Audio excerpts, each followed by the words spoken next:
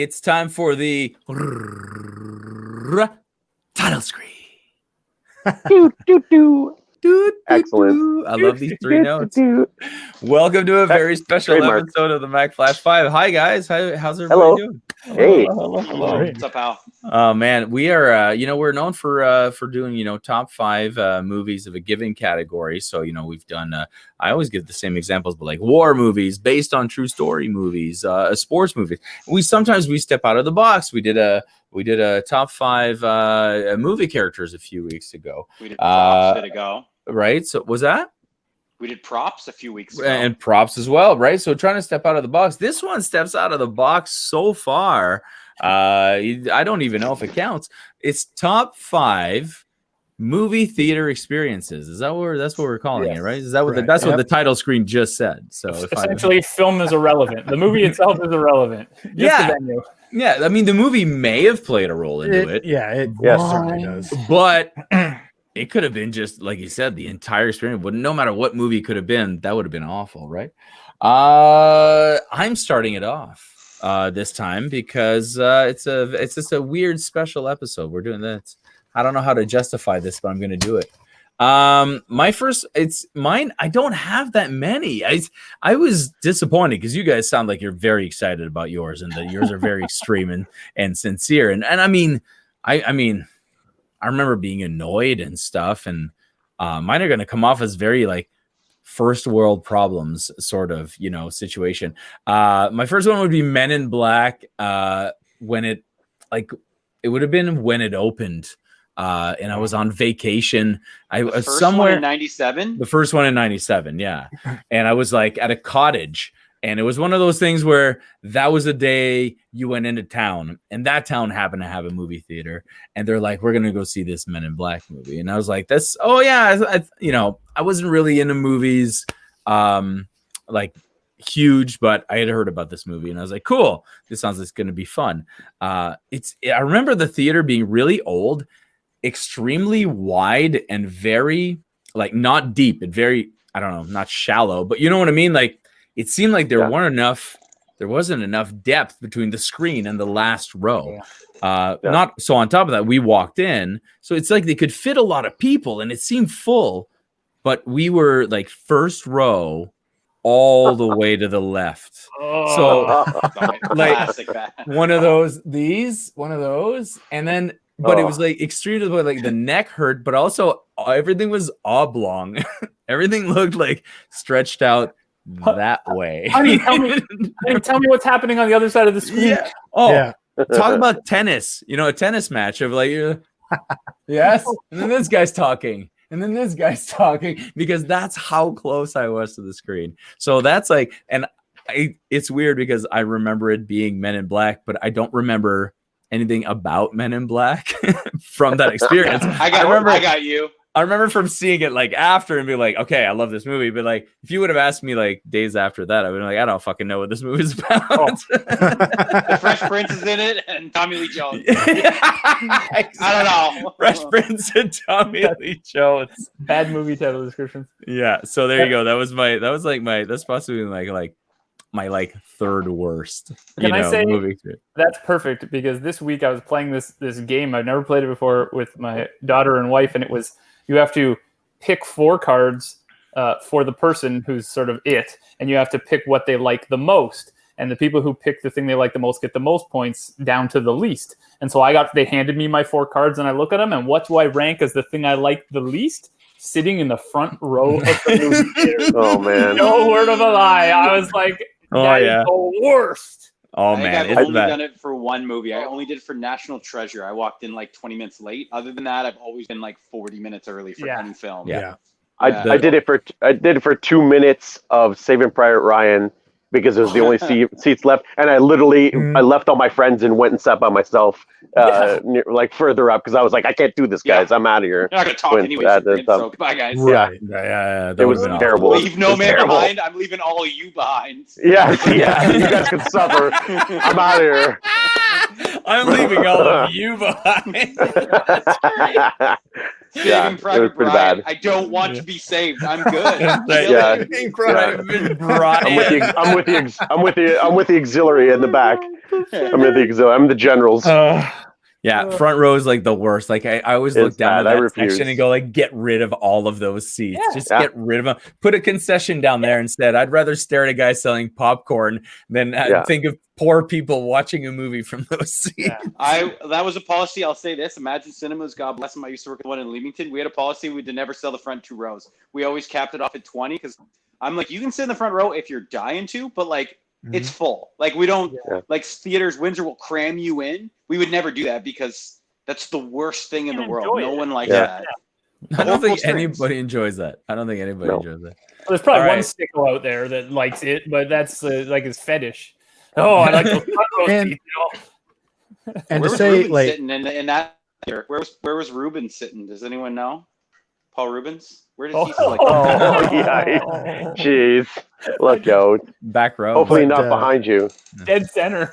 Matt, with the advances of seat technology, you don't hurt your neck as much these days because you get to lean back. You're in those nice recliners. That's true. So it has gotten better, but still you don't want to do it. Yeah. No.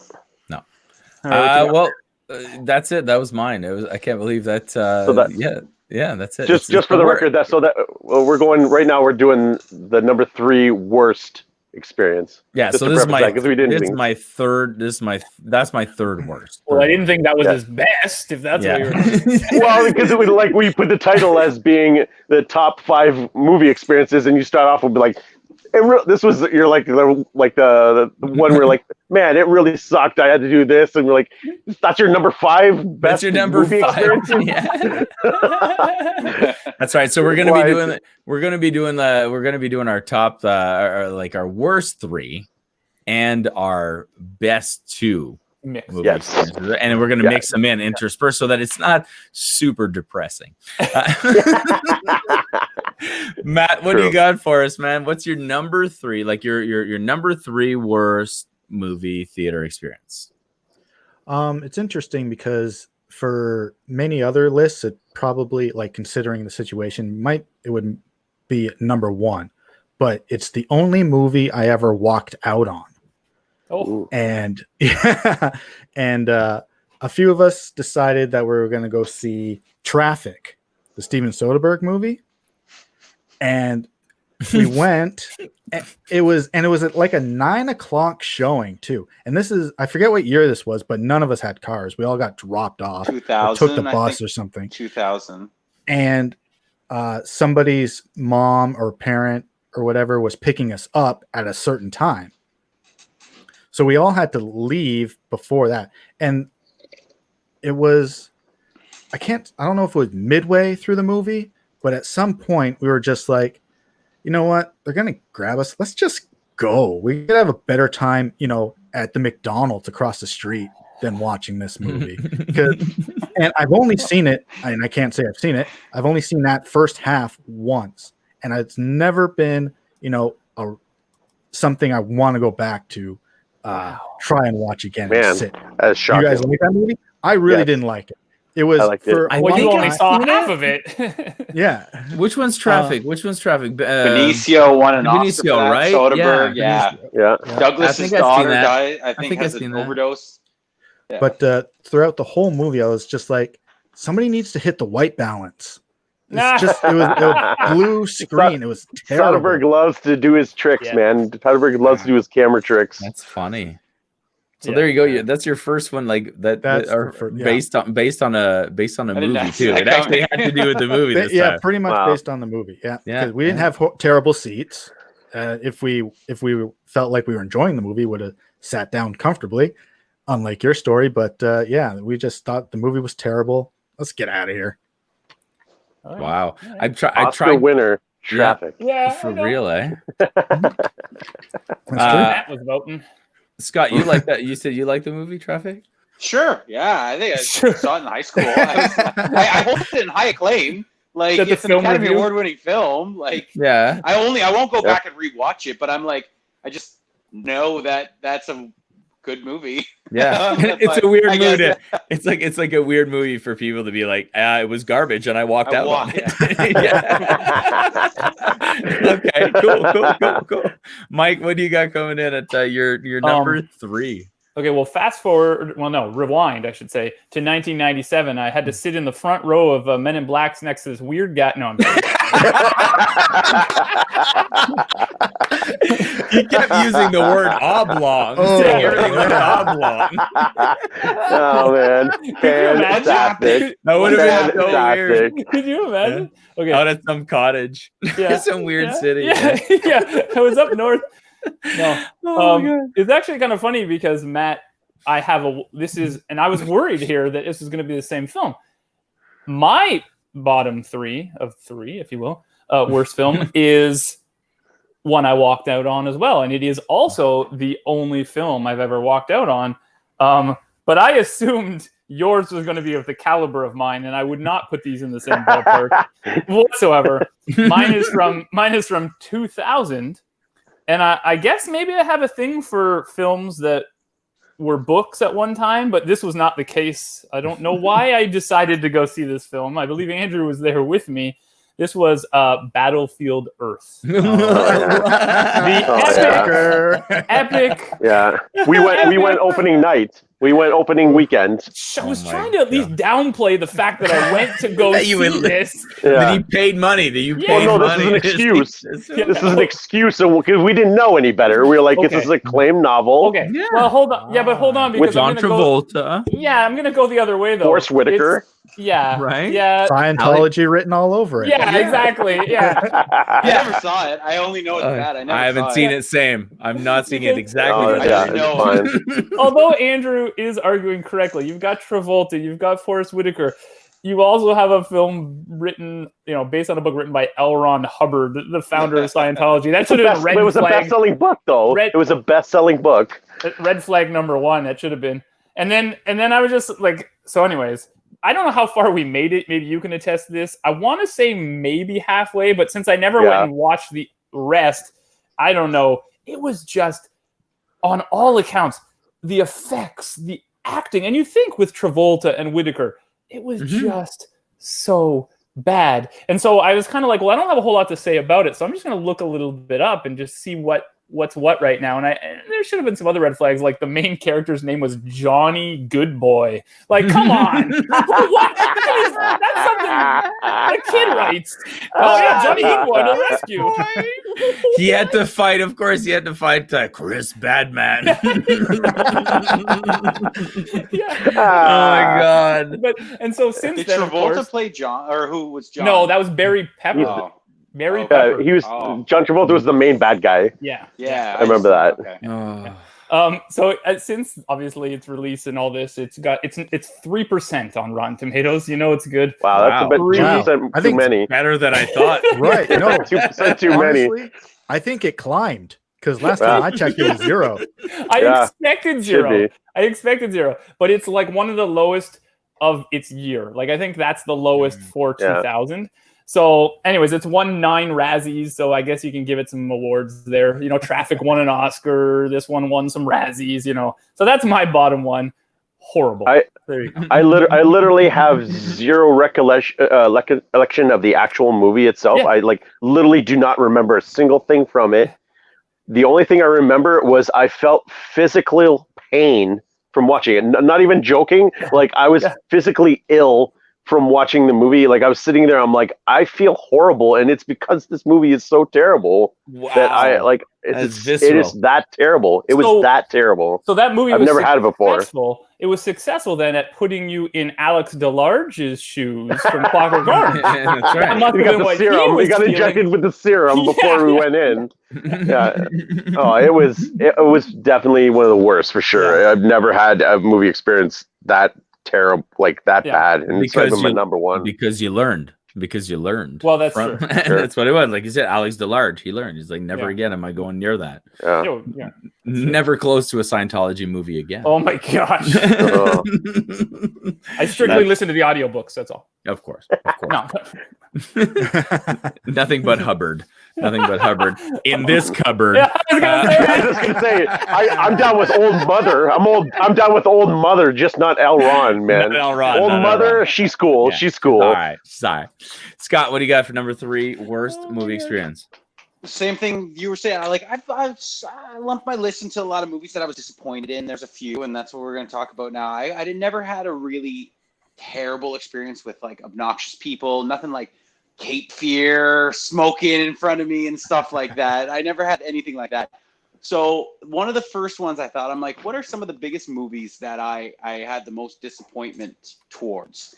And certainly one that recrept in my memory is one where I've never been in a community that saw something opening weekend that turned on the film. And as I explained it, it'll probably sound like a good experience. It was definitely one of the weirdest I've ever been in.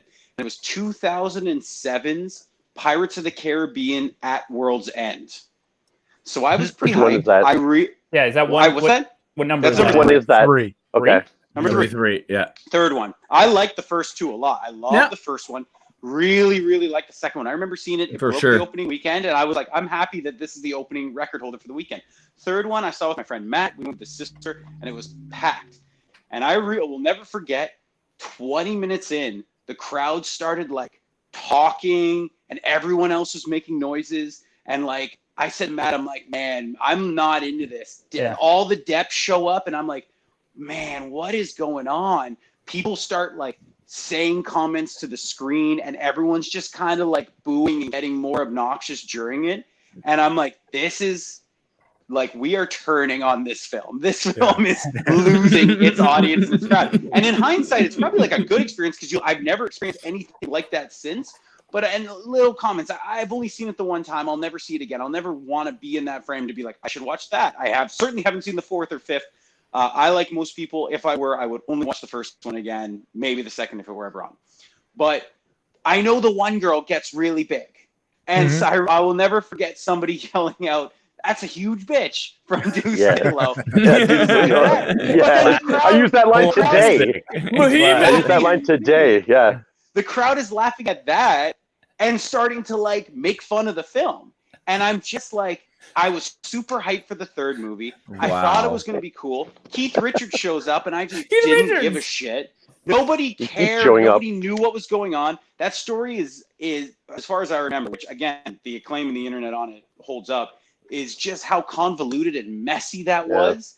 And again, like I said, as far as like just an uncomfortable, it was like I said, I think Matt's sister fell asleep. Matt and I were confused, and the crowd was just booing throughout the whole film. So even if I was into it, there was the inmates ran that asylum that night. So my number 3 is Pirates of the Caribbean at World's End. I love that the whole theater's booing, but his sister's sleeping. That's the big so we're like, she was like, I can't, like, I think she might have. We were booing, like, but there was bits where you knew nobody was into it, and I think because we saw it at like 10 at night. But I remember Matt's sister like dozing off, and like me being like, I don't know what is happening in this movie. This makes no sense. And again, just being on pure disappointment, and again, be like venomous rage that an audience felt that you could feed off of. That's hilarious for sure. Very disappointing experience. I have an identical story, but it's not in the list of disappointing theater experiences because the whole theater was together in ragging on the film Spider-Man 3. Spider-Man 3. Wow. Okay. Nice. We'll get to that. That's fine. Ragged on the film. We'll get there. Good. We were having a terrific time doing it. So you were We'll working talk as about a it in team. about 28 minutes. It was the second. I mean, it was clearly not good beforehand, but the second Toby brushes his hair into his face, oh my gosh, lost everybody. We all, a giant boo right to the screen. There's something nice about that. And it got to the end, and at some point, emo Peter Parker. Green Goblin drops Mary Jane off a building or something, and then Spider-Man swoops in and grabs her, and we were like, "No, you should have let her die." we didn't like Kirsten Dunst as Mary Jane either. And oh my god, for all 3 movies. Well, there and you now go. we all get together for brunches every Sunday. Wow, man. Okay, so that was that's pretty intense, like a whole revolt sort of situation happening I there. totally remembered it. Yeah. That would be uncomfortable too, especially if you're like, but I wanted to see this movie. Yeah. I was very into it. I wanted to see Yeah. it. Doubt it. All right, AB, what you got? Cap it off. Number 3 worst. Okay, my number 3 worst film went to see, and I'll start it off with, it was in 1994, and it was Clear and Present Danger. Oh man. Now, you may think, okay, what? That movie is awesome. I That's what agree. thought. I agree. That movie was That's awesome. exactly what I thought. However, for the weeks leading up to that weekend, I had been planning. At the time, I'll preface it with, I was 17 years old. All my friends were 18 years old. I could not wait to see the movie The Crow. And so I was hyped up to see The Crow. All summer long, we had been playing the ticket game where I would buy a ticket to another show and then sneak into the rated R film with my 18-year-old friends. We saw Braveheart like that. We saw a bunch of rated R films, and I would always get in. And so I bought a ticket to see The Crow. All my friends walked into all my friends bought tickets to see The Crow. I bought a ticket to see Clear and Present Danger, and went to go into the bathroom and then pull my little scam and walk into The Crow. As I'm walking into the theater, an usher grabs me by the arm and says, "Where do you think you're going? Let me see your ticket." And I'm like, hold up. I don't have one. And so then I tried to get in, and then I tried like a second or third time to try and sneak in, and this guy was like determined. I don't know, like super theater usher was like, "No, I'm letting this poor bastard get in to see The Crow." Yeah. And so I end up having to go see Clear and Present Danger for the first time, and I was so mad that I hated the movie. This the whole time. Yeah, I was like, "Oh, screw you, Jack Ryan! I want to watch The Crow right now." My God, And like, obviously, like I said, Clear and Present Danger is an amazing movie. I love it, but it always has that little tinge of like, oh. Yeah, You ruined my Crow experience because I wanted to see The Crow. Yeah, and no one died on set making this film. That's right. That's right. Yeah. And so to make matters worse, all my friends came out of the movie, right? And they were like, "That was the best ever. It was so good. Where were you, man? Why wouldn't you come in there? We were waiting for you the whole time." And I was like, "Come on, man." I was so mad. Then you realized they were lying. Yeah. They weren't waiting for you. No, The Crow is awesome. No, they weren't waiting for you. No, they weren't waiting for you. Yeah, that's true. That's true. My friends all hate me. That's true. No, I was going about the movie. I was saying how the movie was like, it was fine, but I don't remember it being that great. Oh, I love it. I love The Crow. I saw it for the first time maybe 4 years ago, and I don't want to say it blew me away, but it was way above my expectations. Oh yeah, I love it, man. When it hit home video, that's probably when I saw it. Like, and I was like, yeah, it was good, but I would rate it like not a B movie, but like definitely like it's not a commercially explosive movie. Was it? That's why I like it. Yeah. It's based on a comic book that I love, right? So that's why I was like all hyped to see it, because I was like, all through high school, I was like, that was my thing. I love. Yes. That's there true. You go. And the soundtrack was all the bands I listened to, so the soundtrack had already come out, and I was listening to the soundtrack all the time, and I was like, I was hyped. Oh, and I can see why I can see why Clear and Present Danger would not compare. No, definitely not compare. I gotta say, I'd like to believe that somewhere online right now there's 5 movie ushers sitting, and they're talking about their top 5 best movie theater experiences. Their greatest butts. Yeah, you're number one. You're number one. I was watching this guy. I Dikembe Mutombo this one kid trying to get into The Crow. You try, man. 3 times. 3 times I stopped him. You're out of here. Get back into Clear Present Danger, you little twerp. Get it. So that's my number 3 worst was Clear Present Danger / The Crow. You need to fix your mic. It's really loud all of a sudden. There you go. There you go. Clear Present Danger. That's okay. That would really totally like, especially that like when you really want something at that age and you don't get it. That is the most angering feeling in the world. We are luckily turning that around to our number 2 best movie experience. And then following that up with some more badness, but Pepper it in. Big time. this is hard. Best movie experience. There's so many that it's the wonder, the wonder of the theater. A big screen, the experience, the popcorn, and and to make it just the top 2. Like, what are you going to make it? So I went number 2. I went as far as I could remember. And to me, it was going to the theater. I think the first movie I remember seeing in theaters was E.T. as a child with kids, but that's not my movie. I just wanted to make sure don't get excited. Don't get excited. It was great, but that was, I think, the first time I stepped foot into a theater and remember going like, oh, what's going on? But I was like still really, really young. To me, more important was the first time I went to the theater without my parents, where it was just me and my buddy, and he was like, you want to go see this movie? And I was like, yeah. And I am pretty sure that is Indiana Jones and the Last Crusade. Oh, great. Oh, nice. Yeah. Very cool. Because I saw Batman as well, and which is near that time. That same summer. Yep. Yeah, but I think I saw Batman with my parents. I want to say that, but I think I know I saw Last Crusade just with my buddy, and he kicked off this entire like Indiana Jones. It kicked off this whole Indiana Jones phase in him where he wrote a script. This guy's the guy who would get into shit. Like when he got into, he wrote Crystal Skull. Yeah. What is that? Crystal what? Yeah. What? Yeah. What? You know what's really funny that you just said though too? You saw the movie with the character with no parents with your parents, and then the movie where the character is only with his dad you saw without your parents. Hey, how about that? Whoa, meta. So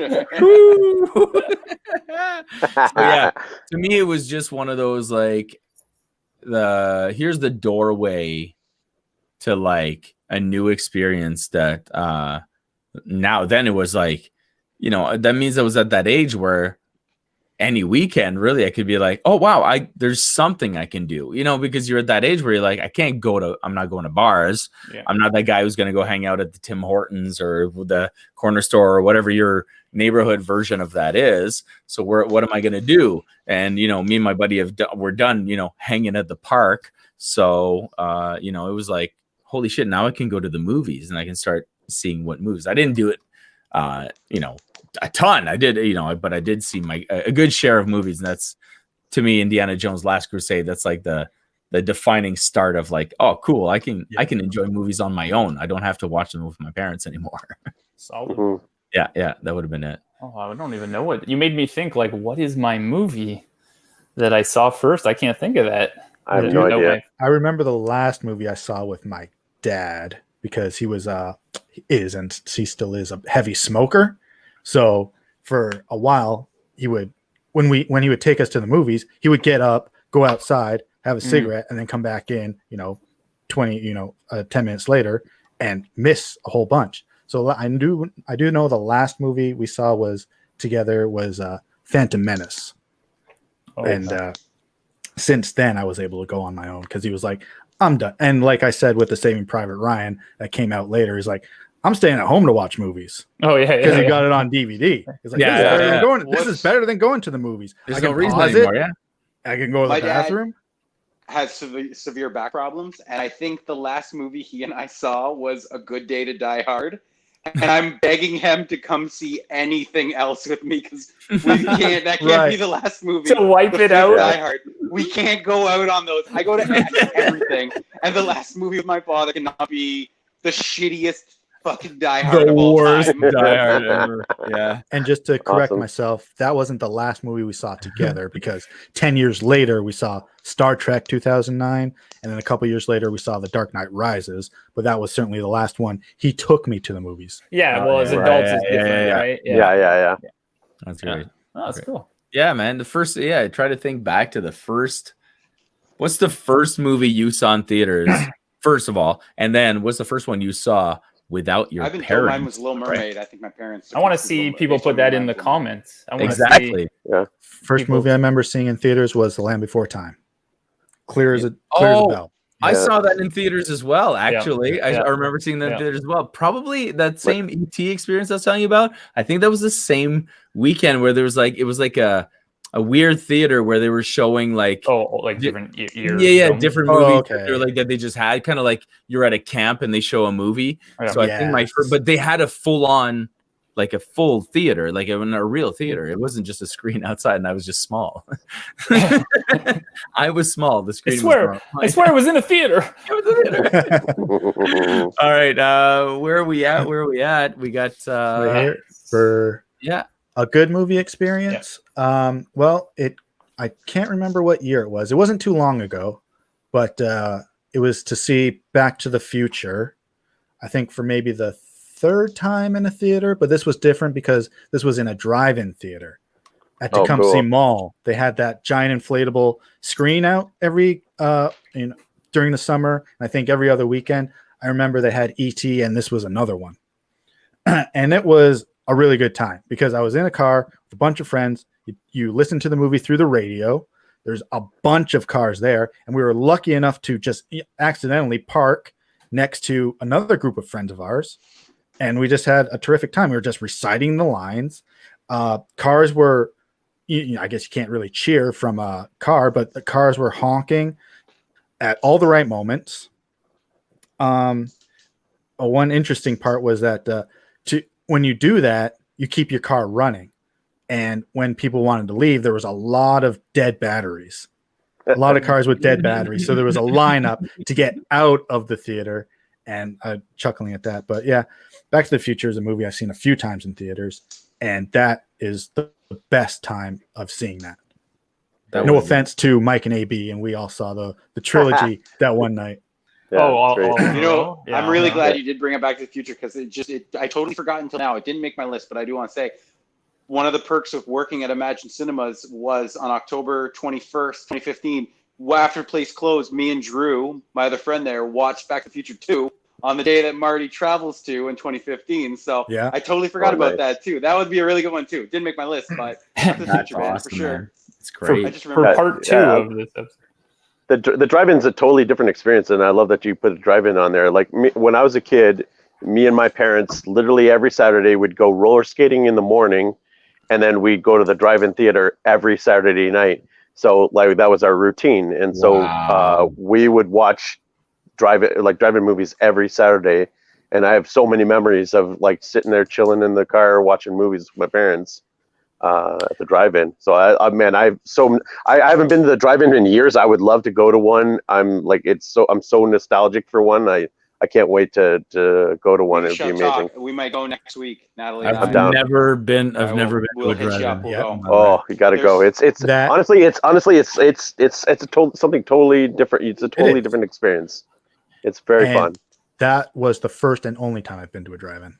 Oh, wow. I'll drive you over to Tilbury right now. Talking about the boonies there. When the whole COVID thing started, I was like, because I have all the gear, I was trying to think of a way to set up like a Renegade drive-in with my projector and my speakers and stuff, and just have like family come over, in their cars in my driveway, and just set up like a big screen and just like everybody come over, we'll watch it to you, we'll watch a movie together, and I think it's so cool. But I've never. So one of the things too we used to do is if the movie sucked that we were watching, is you could it was always on different radio stations. So then on the bottom of the screen you would say what station to turn into, right? Yeah. And so if the movie sucked, we would turn and watch one of the other screens and turn the dial into another screen. And so one of the times that happened was we went to see Splash, and me and my dad were not into it. My mom was watching it, and so we turned and started watching Red Dawn. And so we were watching Red Dawn on another screen, and we watched it. We're loving it. We finished the movie. We turned around. My mom had fallen asleep. What we didn't realize was that Splash ended a lot sooner than Red Dawn. And so when we turned around, our entire section was completely empty except for our car. And so we had to drive out. It was me and my parents. So like do the lonely drive of shame, and people are like looking at our car, and it was like me and my parents. Because you're sitting in the wrong theater. Yeah. This empty section is just our car. But I'll never forget that. It's just like super hilarious. But we didn't care because Red Dawn was awesome. Yeah, that does remind me of one detail from that night. I forget who was driving, but obviously they had been to a drive-in movie before, and they remembered that leaving your radio on or leaving your car on will waste the battery. Yeah. So what they brought was a boombox. Oh, nice. Battery-powered boombox. Yeah. Turned off the car, sat it up front, hit the right radio station, and we were out before anybody else. There you go. Smart, man. You just got to be careful though, because those boom boxes they're not a toy. So you just That's true. Know your limits. Know your limits with a boom box. Okay, just know your limits. Very good advice. Very good advice. Mike, take it away with your number 2 best experience. Okay, so we'll chalk this one up to I don't remember the film. That was how great the experience is. So 1999. I know this game. And no. I know this game. Knives Out, I was popping edibles. No. 1999, just finished school. You're at this time where it's kind of like you don't really have a career, a pathway. It's summer. What are you going to do? I'm going to try and see every single movie that I can possibly go see with my friends, right? And this was a time when the movie theaters were showing like midnight showings. They don't do that anymore. But they used to actually have, and I know Andrew remembers this, they would literally have a show start at 11:45 or midnight. Like you'd get out of there at like 1:45, something like that. So me and a couple buddies, actually brothers, wound up deciding, all right, well, and because we would do every movie we could. So what do we got left? Well, it's Teaching Miss Tingle time, I guess, starring Katie Holmes. So we go there and we don't know this is going to be a magical night, but it's a magical night. As we get closer to the film starting time, we realize there's just 3 of us in the movie theater, and we're 5 minutes to movie start. There's still only 3 of us. The curtains are opening, the music's starting. There's still only 3 of us. We have finally achieved that thing that I still to this day dream of, the empty movie theater. All right. Mm-hmm. So that in of itself is fascinating. That probably would make my list, being able to have a private showing of a film, except for it was Teaching Miss Tingle. So about, 20 minutes in, we realized this movie is not so great. So we decided, well, what are you doing in an empty movie theater? I don't know. Want to try and sit in every single seat? Sounds good. So we started in the top left corner and we systematically worked our way across the top row, all the way back, all the way to, and sat in every single seat to the point where we celebrated and danced and air humped the screen a couple times, I think, in celebration. I don't know what the projectionist was thinking. I don't know if they watch. Scott might know if they pay attention through those things.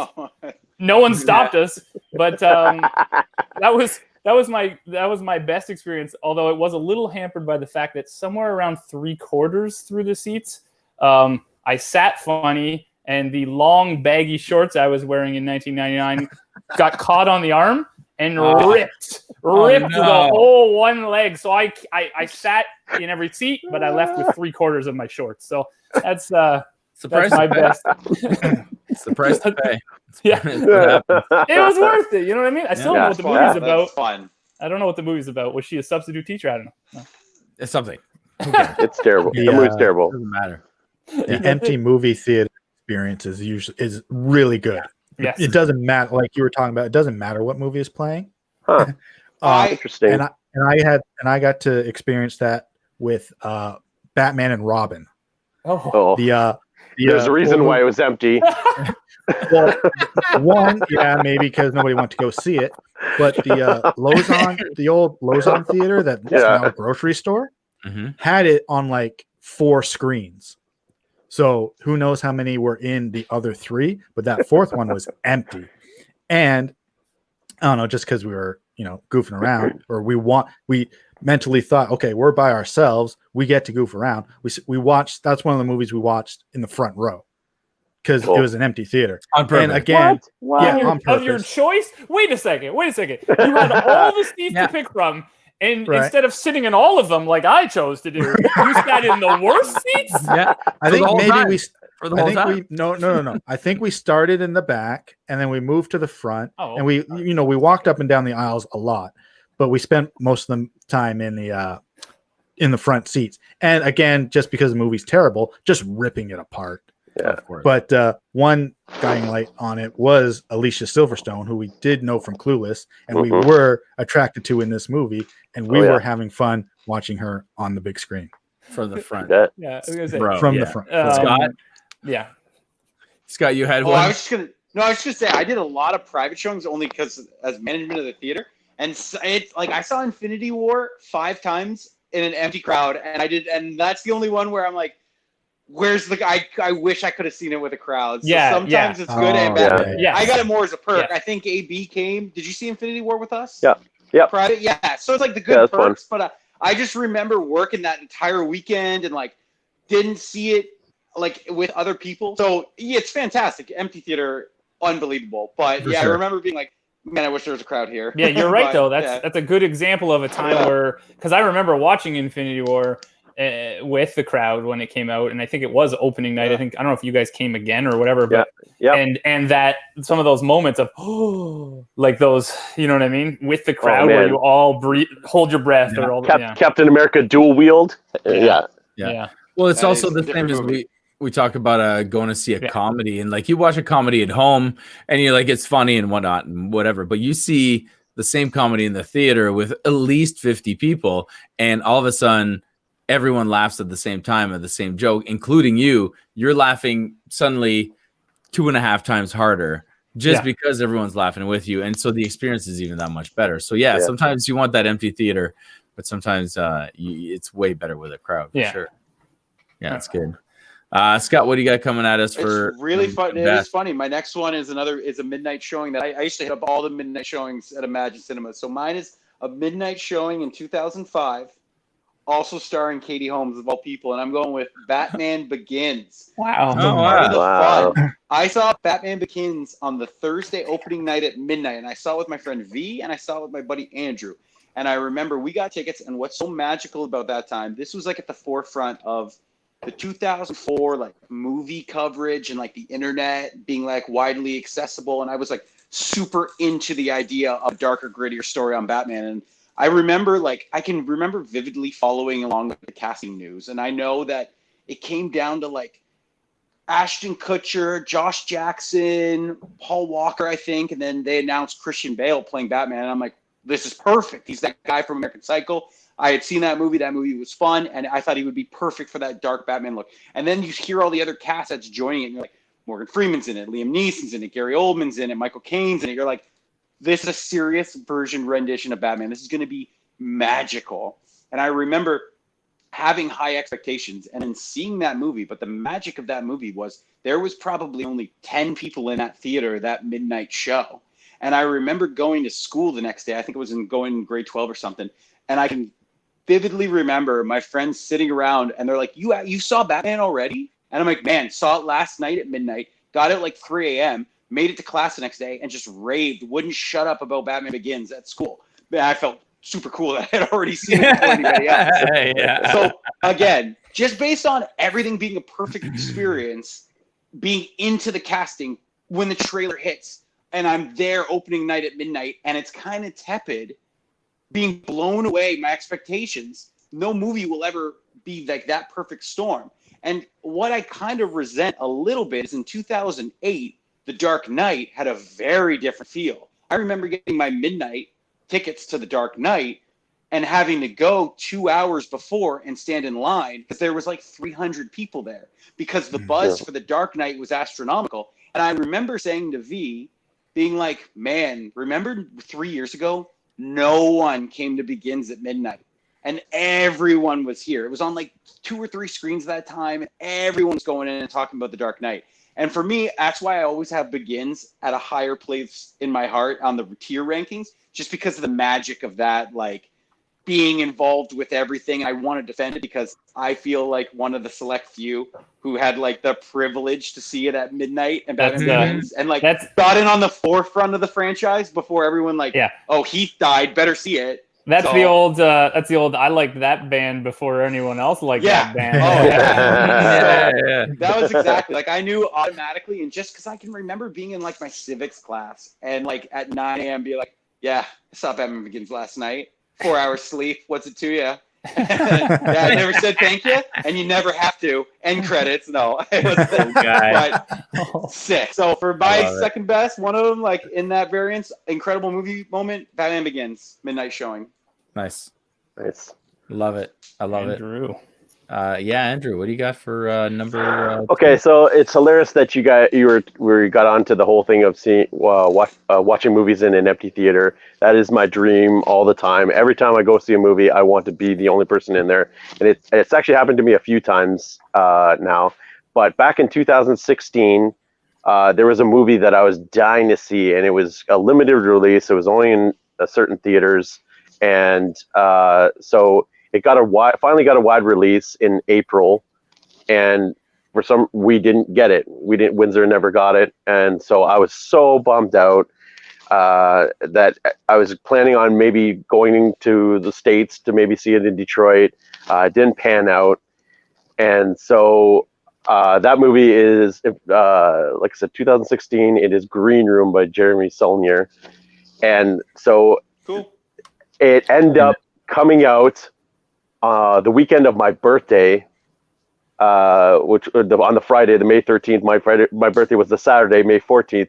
I did a matinee on my birthday at like noon or 1 o'clock, whatever, and I literally was the only person in the theater for Green Room on my birthday to see the movie that I had been dying to see for months and months, and it was glorious. Nice. Like it was like my birthday present was like the thing that I wanted, and I got to see it with no one. There was no one else to distract me. It was playing just for me, and it was magical. Always make a wish when you're blowing out those candles, man. Yeah, there you go. There you go, man. That was my wish.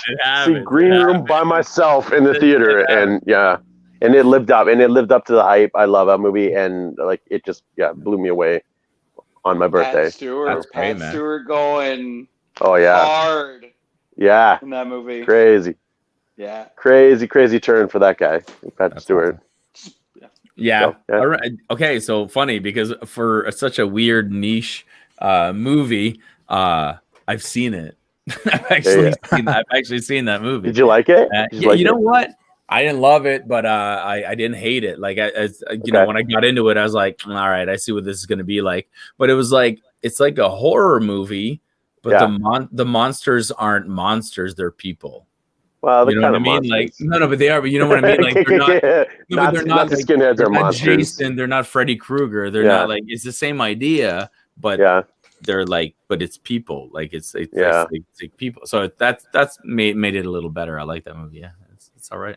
Awesome. And it had isn't that Anton Yelchin? Yeah. Yelchin's last movie, right? No, it's not his last movie. His last movie is Thoroughbreds. Yes, Thoroughbreds. There you go. Yeah. But it's one of his last for sure. Yeah, I think he came out around his death, right? 16 was that, Beyond, and then 17 was that movie you're talking about. He died before. It's also got my homegirl Imogen Poots in there.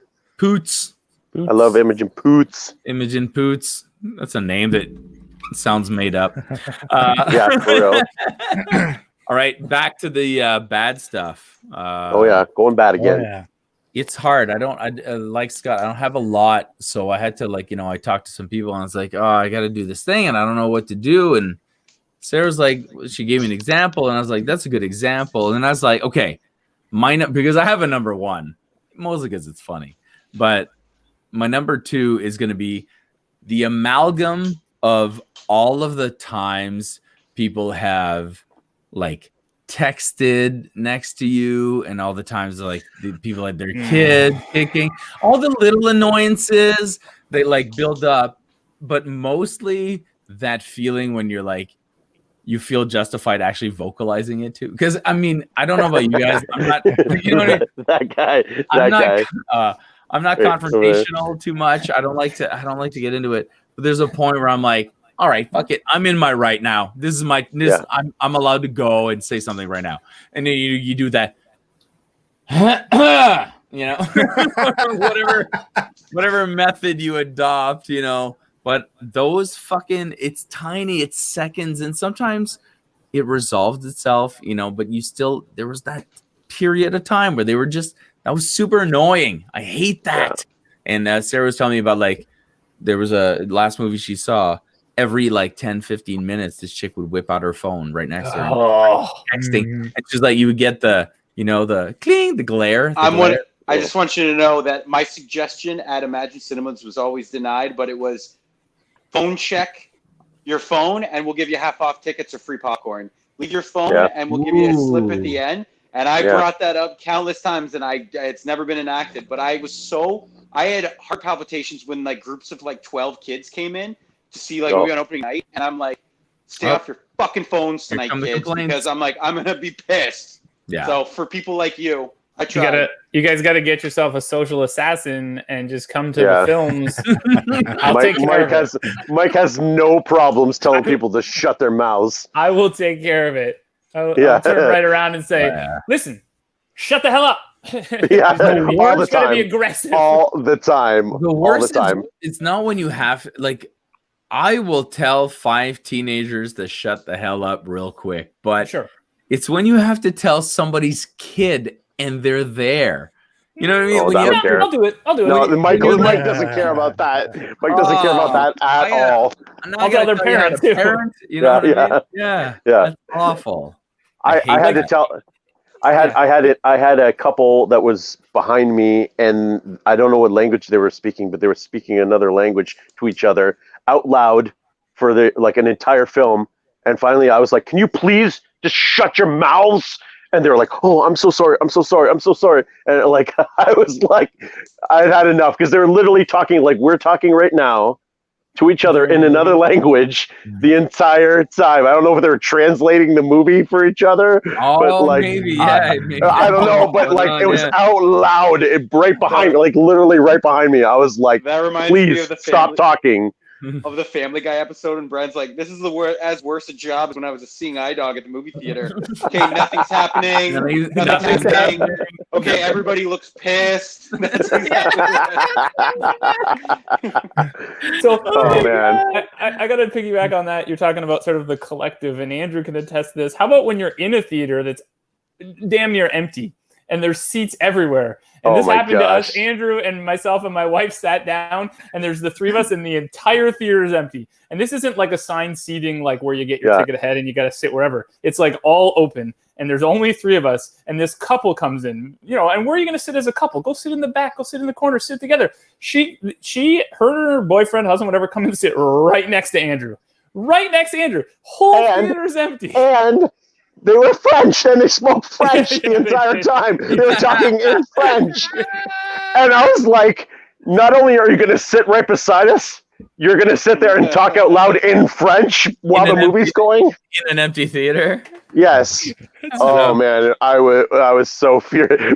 All 3 of us were looking at each other like, is this happening for real? Like, are these people literally sitting right next to us? That was like a punk situation. Like, this is not a real thing right now.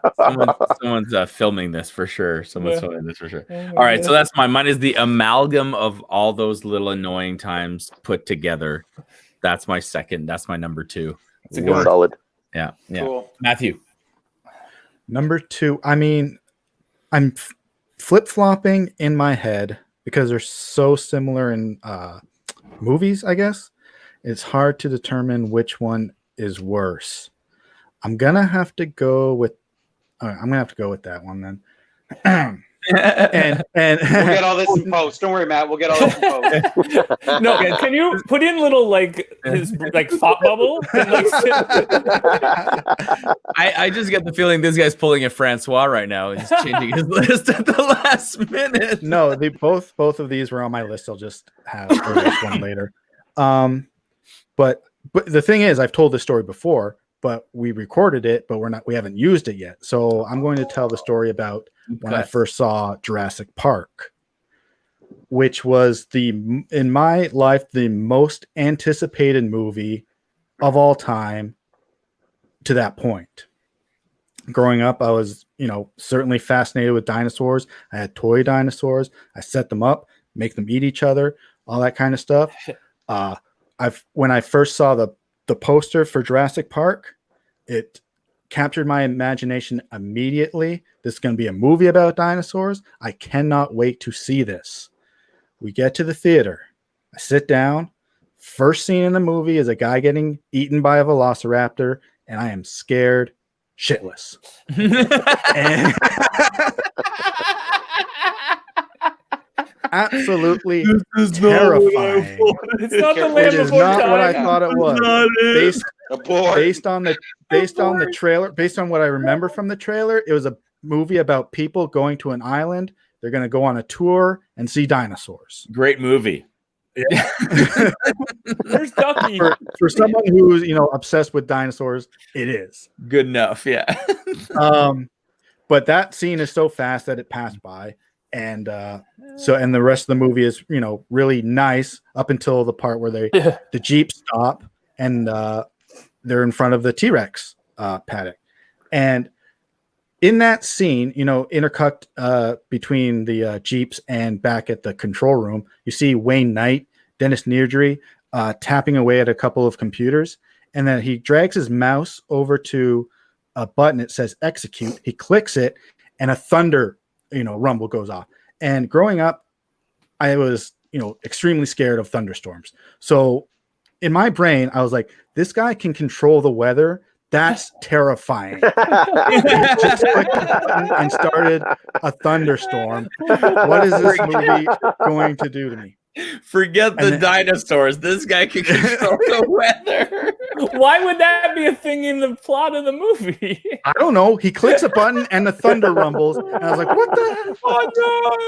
Oh no! Amazing. So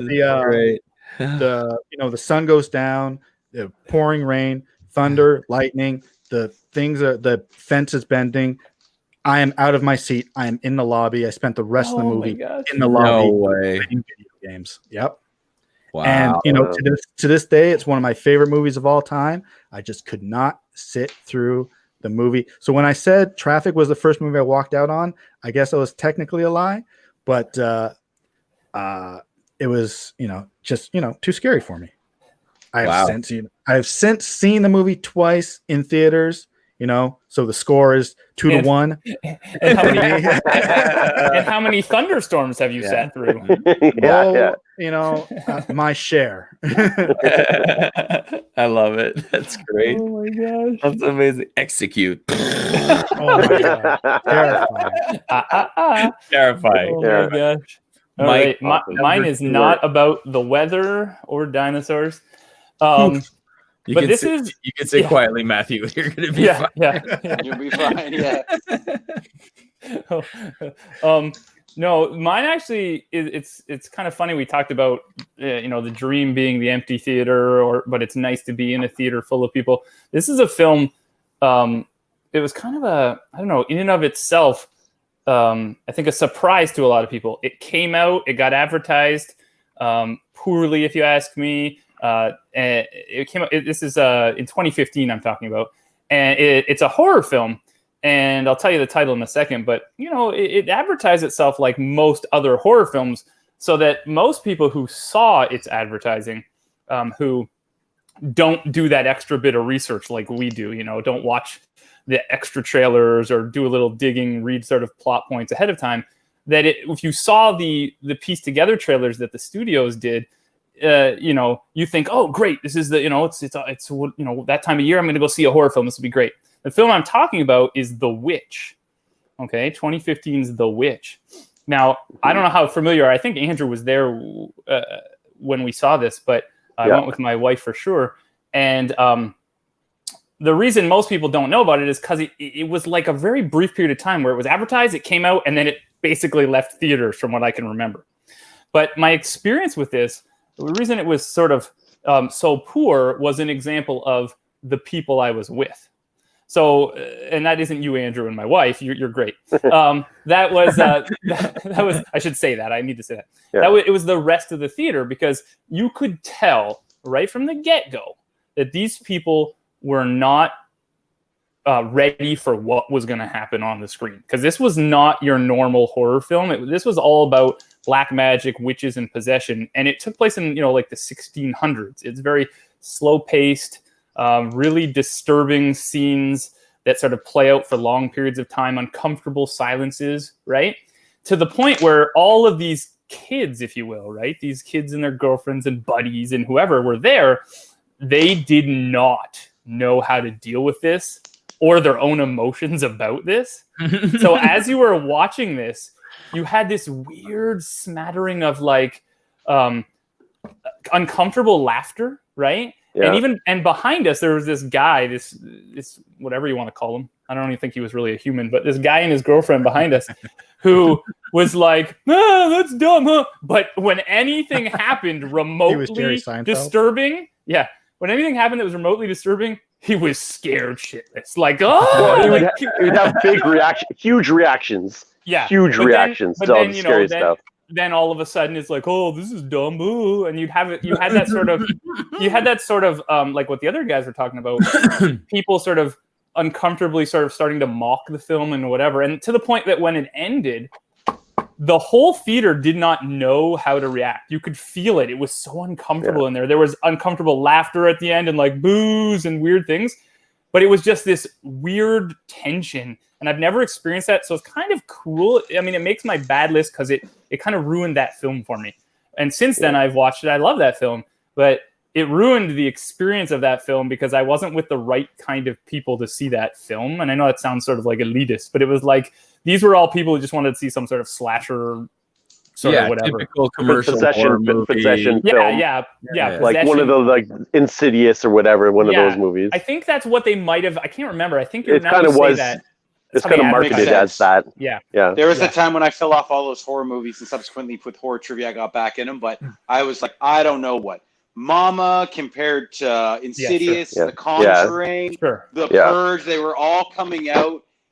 Patrick Wilson was in a bunch, and Ethan Hawke was in the other. And I'm just like, I don't know what any of these movies are. And this was one of the ones that came out by a guy who wrote it and directed it, and no one knows. Since then, he's done that movie, The Lighthouse, that just came out last year. Oh, yeah. And that's the same. Yeah, that's the same guy. But no one knew who he was, and no one in this film anyone really knew. So it's like, under the radar kind of thing. So people just came, and then it was like they didn't know. Like, it was like I was watching people's souls get broken. It was so weird. Well, and you could tell it was that's the thing. Like that kid, right? And you could tell that the movie was affecting people, and they didn't know how to deal with the way they were being affected. So the movie was very effective in what it was doing because you could hear the reactions that people were having to it, especially that kid. Yeah. And so that kid, afterwards, after he had all those ridiculous over-the-top reactions, was like, "Oh, that movie wasn't scary at all," and you're like, "Bullshit! We heard you like freaking out every time 2 seconds. You're like, don't act like you're big macho guy now. We heard you freaking out the entire time." Like what it sounds like every time he'd make fun was just him compensating for every time he was actually scared. It was because the movie's not really scary. It's disturbing. It's a disturbing movie. So there's not like jump scares like the rest of them. Something with a goat. A goat is a plot point. Black Phillip. I've only pieced together this horror movie on its reputation. But I know. Yeah. So like it's a super disturbing movie. So there's no jump scares. It's all like just like real like disturbing imagery and disturbing things, and even like her parents are more disturbing than the actual witch stuff, which is intentional, right? It's the Puritans. The Puritan stuff is way more 1600s. But anyway. So that movie sticks with me as just bad fan reaction. Well, not fans, but human reaction during film, basically, more than anything. I had a similar reaction when me and my buddy Steve went to see the movie Drive.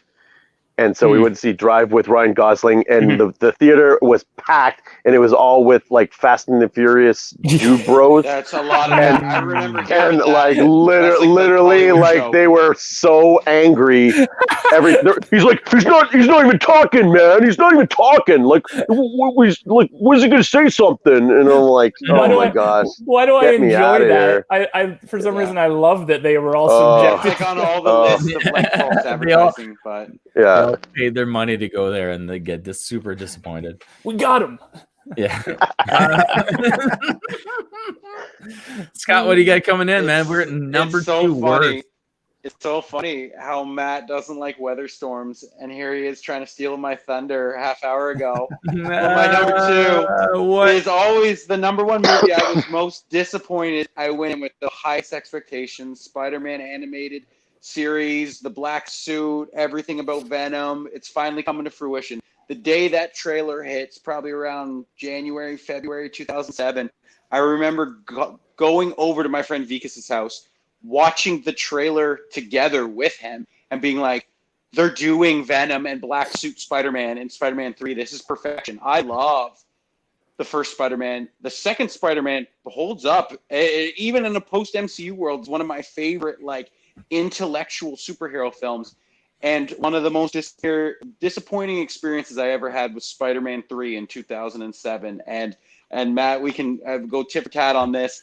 Straight to the original first ship started going with, like most of America, the Topher Grace casting. And I remember being like, oh, is he going to have to get, like, real jacked here? And I remember watching that episode of the 70s show that, like most people, he shows up and I'm like, he doesn't look any bigger because he filmed it after Spider-Man. And I'm like, okay, so he doesn't look any bigger. So, like, what's he going to be like in the movie? And then you see, like, as far as some of the bits they were going with Gwen Stacy, I like that. You're getting that. Fine. You get into the movie, and then they give Harry this fucking amnesia subplot, and he looks like an asshole as the snowmobiler, and emo again. Going back to emo. You never heard that? Yeah, he's you like, see literally. It's like the internet meme. It's like he's got like the snowmobile goggles and everything. It looks like an asshole. yeah.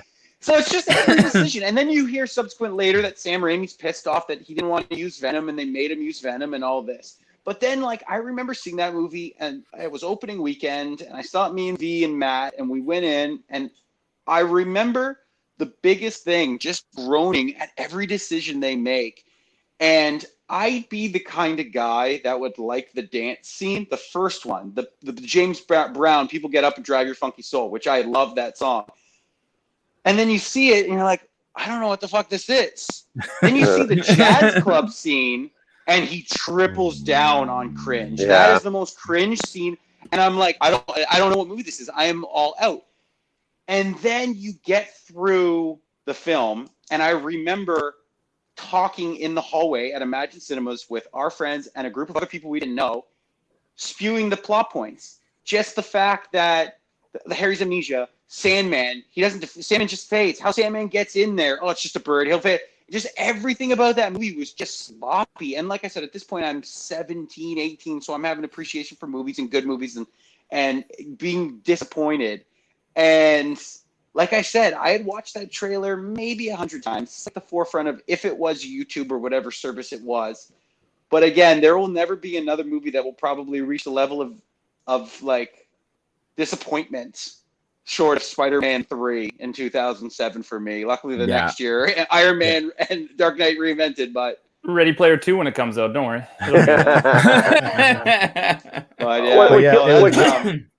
What kills me about it is Thomas Hayden Church was great as Sandman, and Sandman was fine on his own. If they had just left Sandman as it in, he was amazing, and I love the effects for Sandman. And like, if that would have been it, I would have been satisfied with that because it was great.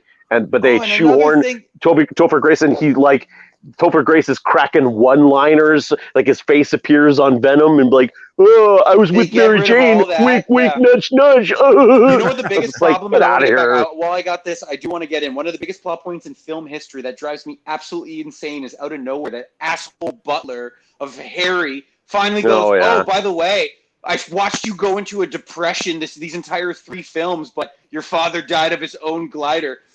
This was information I could have used yesterday. And I just remember we were sitting there being like, so now that's just handed in a bow. He face turned for Harry and he just goes to help his buddy Spider-Man. Give me a break, movie. Yeah. This is stupid. There's no movie that'll ever be more mad at.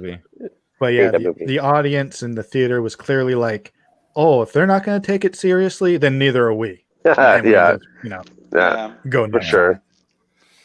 AB, what you got for number 2? Yeah. All right, for number 2, bad experience was not a movie, but it was in a theater, and 3 of the 5 people in this configuration were present and for this experience. And so that was the Sherlock Holmes finale, at at the mall, I and thought so about making my list. and But I so didn't for one reason. so we went to see this. We went to see the Sherlock finale at the mall, and we're watching it. And there's a scene where he goes down into the bunker, and there's like alarms going off in the bunker. You're talking about the Benedict Cumberbatch. Benedict Cumberbatch, show, the TV show, and it was the finale. Okay, Yeah, and not so not Game of Shadows with no. Sorry, yeah, Sherlock Holmes TV finale. Yeah. And so we're watching it, and so there's a scene where he's in the bunker, and there's like alarm things going off, and there's this like really audible, like overpowering alarm to go along with it. We're like, oh, so the scene ends, but the alarm keeps going. Like the alarm is still going over top of like another whole scene. We're like, what is happening right now? And so all of a sudden, one of the ushers comes in, and he's like, okay, everyone, we have to leave the building. We have to go outside. Like everyone could file out. And so we all file out, and we all file out into the parking lot. And so Scott and his friend Matt Woozy were there, and it was me, Mike, and who else was there? Dale and Vanessa? Yeah. Is that Mike? And so we were all hanging out in the parking lot, like, what is happening right now? And apparently there was a bomb threat at the mall, and they had to evacuate the entire mall, including our shows. Yeah, 2017. They had to evacuate the entire mall, was into the parking lot of all these people, and so they were like, okay, we can't let you back in. Here's some movie passes, and so they gave out these free movie passes. But here's the problem: this is a one-time showing because it's Sherlock Holmes the finale. There's not any more showing. It's a special showing, so there is no other showing for Sherlock Holmes finale. Yeah. They had come out earlier that day, and so it had already aired. So like we weren't going to be able to see it. We went to Matt's and watched it on his box, on his Android. We went on the small screen on somebody's TV now. Watched it on. Yeah, I mean, like, so we got all these movie passes, but none of them were for another Sherlock showing. So like it was funny, and it was hilarious because Scott and Matt were there too. Yeah, and so we were like, oh man, this is hilarious. And so we were all hanging out, but then it was not funny because we didn't get to watch Sherlock on the big screen. Yeah, I think the worst part was that we were really hyped because it was kind of like you said, it was a one-time special event. We had just been really into Sherlock, and I don't even know. I think I might have come a little late, so I binged it and I had caught up to everybody, and it was like, all right, this is going to be great on the big screen, and then just fail. Yeah. It was, and then we're like halfway through, so we didn't even know like what happened. We do have to wait to watch the other half of it. You're really into it at that point. At that point, really by halfway. So mad. Wow. It sucked too. But they gave him a fake stupid sister, so I remember watching it. Like, this episode sucked. Spoilers. Oh yeah, the sister. I remember that now. That's true. It wasn't that great, but still. Don't talk about the actual episode. What was that? Did a truck going by? That's what it sounded like. Yeah, a truck drove past my house. Yeah. Oh, all right. We're down to the last little bit here. We have to do our number one best at this point. Mine, the movie's already been said tonight, but the experience will be different. I got married. I just celebrated my 12-year anniversary with my wife. Hey, congratulations! Hey, thanks. And that was 12 years ago. So now try to figure out which movie I'm talking about. 2008. 2008. We volunteered at. We honeymooned in Walt Disney in Florida, and the one thing she's like, "What's the one thing you want to do?" And I was like, "Well, Batman Begins comes out while we're in Florida, so if we could find our way to a theater somewhere." That's the only thing I really would like to do, but otherwise I don't care, and I'll watch it when I get back. Well, sure enough, Disney has an area called Pleasure Island, I think it's called. It's named after the Pinocchio thing, and it's basically the only my language. Yeah, it's the only adult section of sure sounds like it. Yeah. It's now remember at least, man, because you're living in Fuck City. You're living in Fuck City. Wow. It's Fuck Island.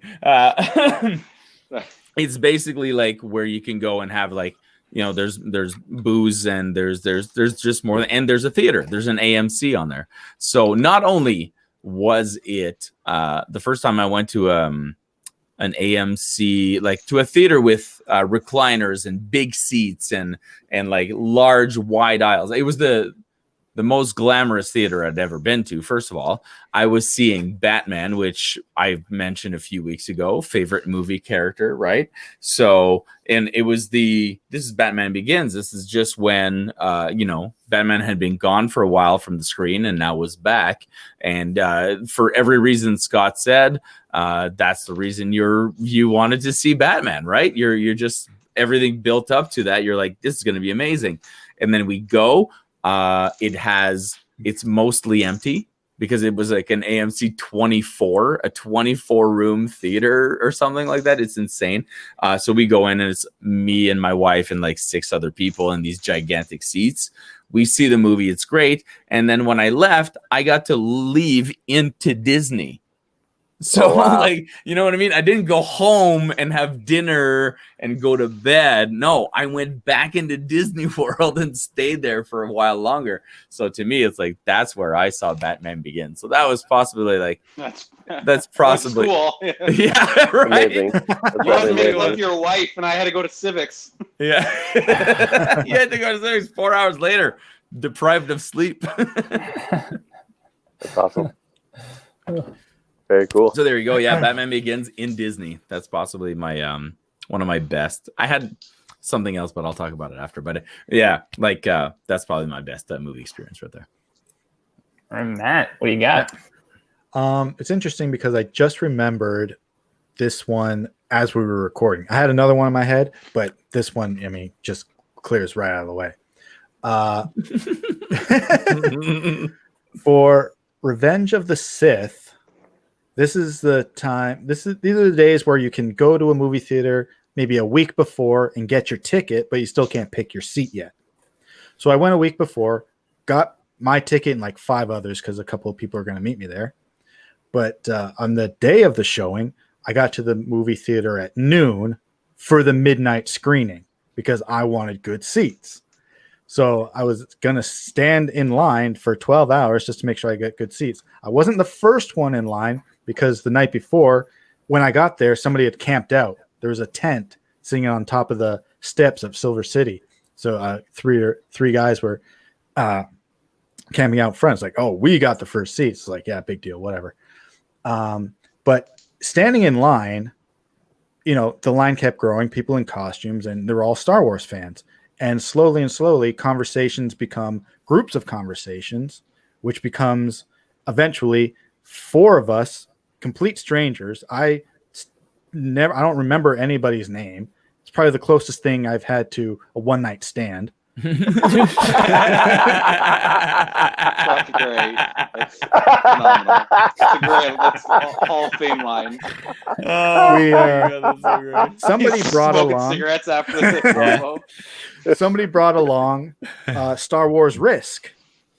So to eat up a lot of that time, laid out the board, divvied up the pieces, and played Risk for it had to be at least 3 hours. Oh yeah, it was Risk. It was probably 10 hours. Yeah. I mean, yeah. We missed the movie. But we made friends. Well, I still don't know who any of those people are. But yeah, the experience of meeting, complete strangers, and talking about this one love we all have in common, being Star Wars, was a real good experience. I eventually got, really good seats. I was 3rd in line, so I got decent seats. My friend showed up at midnight, or 10, 20 minutes before midnight. After I'd been there for 12 hours, saying, "I'll get the seats, don't worry." And yeah, that has to be number 1. That's movie theater man. Experience, absolutely. You gotta love like sharing a movie experience with a fandom is like that's like the whole like empty theater versus full theater. If you're gonna get a full theater, you want to share it with the fandom. Rogues Gallery, when Palace was still open in Windsor, hosted a bunch of premieres that I got to catch the last few of before like Palace shut down. And so he would get enough tickets that we would be like, oh, come watch the premiere to such and such a comic book movie. And so you would go, but you would be like, oh, I know that guy and I know that guy. Now, oh, I know everyone here, and everyone goes to the shop, and that's where we're all from, and that's why we're all here. And that's like, there's awesome. that collective thing that goes with it. I love that. Yeah. It's a cool vibe. All right, mine's nothing like that, so let's do it. No. My number one. I mean, I technically have another one, but I'm going to save it to piggyback to someone else's story later. But my number one goes back to sort of more of a youth experience. It was 1989, and you guys had talked about drive-ins, which is funny because this is a drive-in story. My folks had said to my brother and I, he's 3 years older than I am. They said, hey, do you guys want to go to a drive-in? And from what I can remember, I don't know, you have sort of blurry memories from childhood. I believe this was the first and only drive-in that they took us to, because that's hence the excitement. Because this is an experience I've never had. So do you want to go do a drive-in? Absolutely. Well, what are we going to see? Well, this movie came out that you might want to go see called Ghostbusters 2. Yes. Absolutely, I want to go see Ghostbusters 2 at the drive-in. So that's the part of the story that makes it the best, and that overrides this next part. So it's still the best, but it stormed that day. Drive-in movies aren't the greatest in the rain; they're not the greatest. But what did I know? I was 9 or something, and I was going to see Ghostbusters 2. Great, this is going to be great. As you all know, maybe not François, having not been to a drive-in, but as most of you know, there's usually 2 films at a drive-in. Normally, I don't know, it's sort of standard practice. And nowadays, it's usually 2 films that have come out, like current films. But back then, at least as seems to be the practice of this place we went to, they showed, the 1989 film and something else. So I don't know if my parents knew what was going to be first. I like to believe they did and didn't tell us to see what our expressions on our faces would be. But movie number 1 was La Bamba. No! Wow! 1987's La Bamba. Not number 1 on my list for films to see, since I had no idea who La Bamba was. Obviously now Richie Valens. The one with the statutory rape scene? Sure. I've probably repressed that memory. I have seen the film since, but basically it was me sitting in a car with rain pouring down, just going, when's Ghostbusters 2 going to start? When's Ghostbusters 2 going to start? And I'm not sure if I made it through the whole film, because it was probably like midnight by the time it ended, and I was like 9. But in my mind, that whole memory of that first drive-in experience, here we go, this is going to be great. That makes my best list, awesome. With a little star for something I'm going to say later. But because it's also my worst. Number 1 worst, and I'm going to say the same thing. Word for you, word. La Bamba. Every time I hear La Bamba now, I get PTSD. Oh! My name is Lou Diamond Phillips. It's not La Bamba. My parents named You could me have told Lou him that. Wasn't he at Diamond. Motor City? You could have told him that. Yeah, that's right. Oh, Motor City. What if that was it, though? My parents really named me Lou Diamond Phillips. Okay, that's it. All right. Scott? What you got, bud? So this one popped in my head. So I was going to pick some of the movies. Like, originally, I wasn't really happy with this choice, because I was going to pick a couple movies that I went in with no expectations, not knowing anything, and left very, very happy. But I felt like I encompassed that with my Batman Begins story. So I'm going to talk about something else, where I was in my life in coordination with how good the movie was. And I'm going August 1st, 2014. And the reason that date signifies, it's the day I moved out of my parents' house. So I moved out to my apartment in Walkerville. I don't know who came. Matt, have you ever been there? Did you ever come to my Walkerville apartment when I used to live in my old place? Okay. No. AB certainly did. So I lived on Shoulder. I crashed there. Yeah, you did. Yeah. So I moved in there August 1st, 2014. And it was such a big moment, big life-changing moment. I'm finally a man. I'm out on my own. I'm all this. My friends come over. I'm barbecuing. Welcome here. What are we going to do tonight? Do you guys want to go see this movie? And you said it yourself, bitch. were the Guardians of the Galaxy. And leading up into that film, Yes. I was all in. I was already all in on the MCU, but I love that they were finally doing something different, because I remember saying to my friends, I'm like, you got to do something different here. You got to do something with this franchise. I'm so happy they can take something that nobody knows anything about.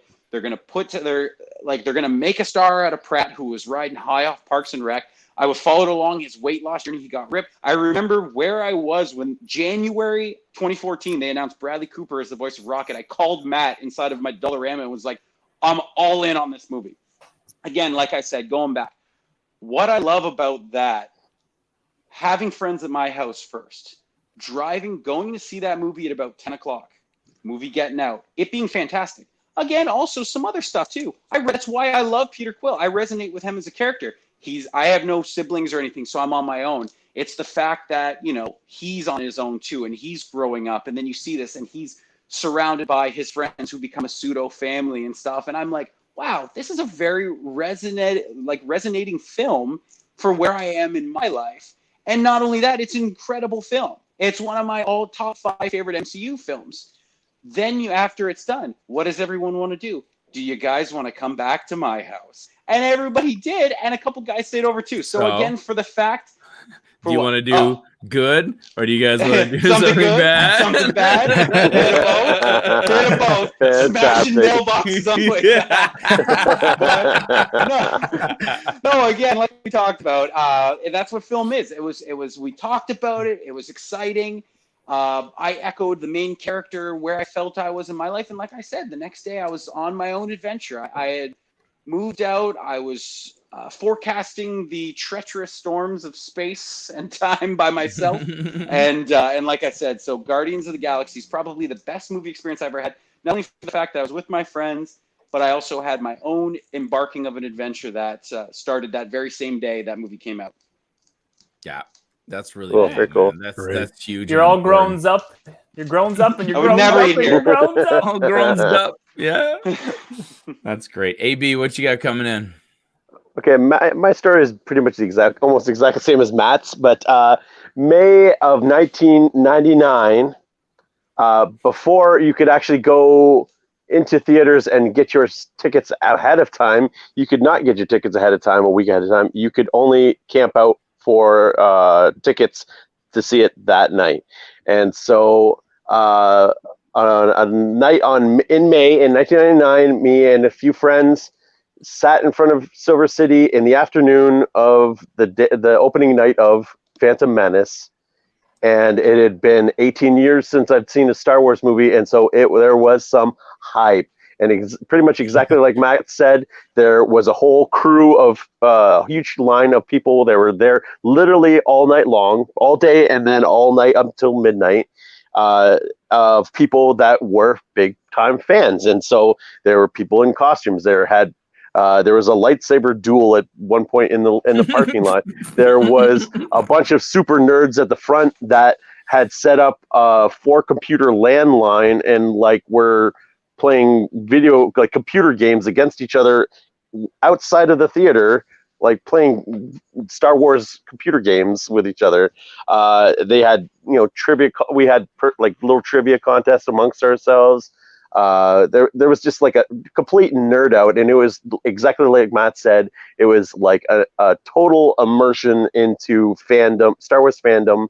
There were some of my friends there, but it was basically with a group of total strangers who we all bonded over Star Wars. And by the end of the night, we had nicknames for the security guards, and we had nicknames for a bunch of the loser people at the front that we didn't like, and we had formed these little cliques. We had these little cliques that we formed against each other and bonded over that. And honestly, and it's kind of sad, and it's gonna kind of make me tear up, but it was the last pure time of pure Star Wars fandom that I had in my life, because after that, people started getting super cynical towards Star Wars and shitting on the prequels, and people were like, meh, Star Wars, meh, and to now the point where I actually dislike most Star Wars fandom because it's gotten so bad and so toxic that people are just like, anytime you bring up Star Wars, it's just like, Disney ruined it, blah blah blah blah. They And it love was to hate. that was the last time. That was the last time of pure, like, just people had nothing but love for Star Wars. And it, like, I look back at that and I'm just like, I look back at that as like a golden moment for my life, because that was an accumulation of basically 22 years of Star Wars fandom for me, and this moment where we were all anticipating this thing so much, and like it was incredible. Even if Phantom Menace wasn't as great as we had hoped it was, it didn't matter. It didn't matter because we were all there to enjoy Star Wars. That first night we enjoyed it because it was Star Wars again for the first time in 18 years. And it was just it was a magical experience to have that. That makes that's awesome. Didn't it also represent sort of the one of the last sort of times of camping out for tickets in general, right? It was because of that, because of Phantom Menace is why they started doing advanced tickets. And because not literally there was the people that were camping out for like an entire week before. There was like people in the States that were like set up tents and they were there for like days, not just overnight like we were. They were there for days. Yeah. Nobody. Nobody. Like, I remember the first time like finding out that we could have advanced tickets, and it was the greatest thing ever. And then like to fast forward to like when we could have assigned seating, and it was like, holy crap! Are you going to tell me that I can assign my seat and have that seat like ahead of time? Like, this is the dream. Yeah, I mean, even in a time, not just movie wise, because that used to be the same thing for concert. You have to sleep over to get the tickets. It started. That was a changing of all things with tickets, right? Pre-ordering them and all those. So like 99 to 2000. Yeah. So that's my best. Technology sort of allowed that as well. So About it. It's perfect timing. Yeah. It's a good one, man. It's got a lot of like, you've got the whole experience attached to it. You know what I mean? And it was, like, that's what I say. It wasn't even about the movie. All the way to inside, all the way back out after. It was like the whole thing was an experience. Yeah. Let's hear the worst. Okay, so Mike, you have kids. You have a kid. I have kids. So you eventually reach that age where you're like, yes, now I get to take my kids to the movies. So that means I probably get to go to the movies more. Right, because now I get to do that thing, but and then a lot of them end up being great, like, am I ever glad I have kids in the age of Pixar, because oh my god, like then it's like, I don't care. And then, as we all know, I'm very French, and so at home we tend to watch movies in French as well. So anytime like I want to watch a new movie, I end up having to watch it in French. So I love the opportunity to watch it in its original language first. Like, I still haven't seen Toy Story 4 simply because I don't want to watch it in French first. But you also get to go see pretty shitty movies as a parent. This movie, I'm writing down what I think it's gonna be. Go. Okay, write it down because it's terrible. It's honestly, it was awful. It was so bad. I napped during the movie on purpose. I didn't doze off. I was like, oh, okay. I'm out. and then I woke up at one point and I was like, okay. And I was like, I could probably do another nap. And I curled over to the other side and I napped on the other side for a bit. The kids watched it, but My Little Pony Friendship is Magic. Oh my god. Wow. Did you say Emoji the movie? Oh my god. Mike, were you going to say Emoji? Nice. The Emoji movie is better. Yeah, that's what I thought it was. That is better than My Little Pony. Wow. Friendship is Magic. Don't tell the bronies. I saw Emoji Movie. I can even, you know what? At least Emoji Movie's got this thing where my youngest daughter, who's super cute, both my kids are cute, but she's like, she loves to do, it's the emoji pop. And then she starts doing it, and it's really cute. And you know what? If the movie has any redeeming value, it's that. But no, it's a terrible movie. But My Little Pony Friendship is Magic is just a god awful experience. Well, I think, and I paid money. I paid money to go sleep in a theater. Yeah, I think you were outnumbered. See, I I nixed that one. I've gotten to the point now where it's like, for the most part, okay, an opportunity to go to the movies, we'll go. I'll throw all in. I'll go to most.